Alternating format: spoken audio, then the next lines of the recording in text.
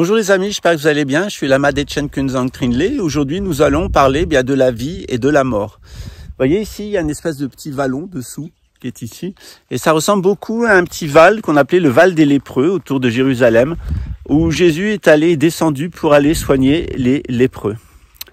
Qu'est-ce qui fait qu'un être aussi spirituel, aussi bon que Jésus, descend dans la déchéance totale des êtres humains?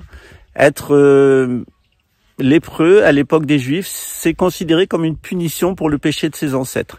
Qu'est-ce qui fait que Jésus, il va descendre et aider ces êtres? Tout simplement parce que toute l'action de la rédemption de toutes les religions, c'est que, bien entendu, nos souffrances, elles sont liées à notre ancestralité, bonne ou mauvaise, et quelquefois à notre comportement, mais il y a toujours la possibilité d'en guérir. Et pour ça, il y a une solution.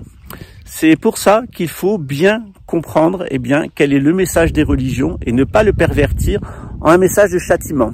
La loi condamne, c'est clair, la loi elle est faite pour condamner. Mais l'esprit, il est là pour nous libérer, il est là pour nous faire vivre. Et c'est toute la différence entre les personnes qui vont renforcer l'emprise du monde, qui vont être au service de Satan, avec beaucoup de cynisme, avec beaucoup de sarcasme, avec une ambition matérialiste extrêmement forte, et puis les spirituels. Les spirituels, après tout, les biens, ils s'en foutent. Ils vont où va l'esprit les emporte, les portes s'ouvrent pour eux. Ils peuvent passer par les toits des maisons, les portes s'ouvrent magiquement devant eux.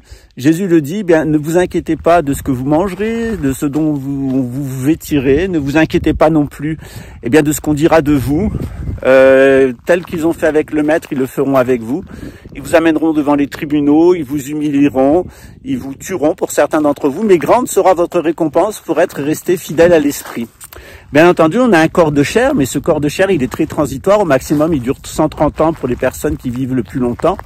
Et donc, ce qui est important, c'est, dans toutes les religions, d'être dans le contentement par rapport à ce qu'on a dans cette vie.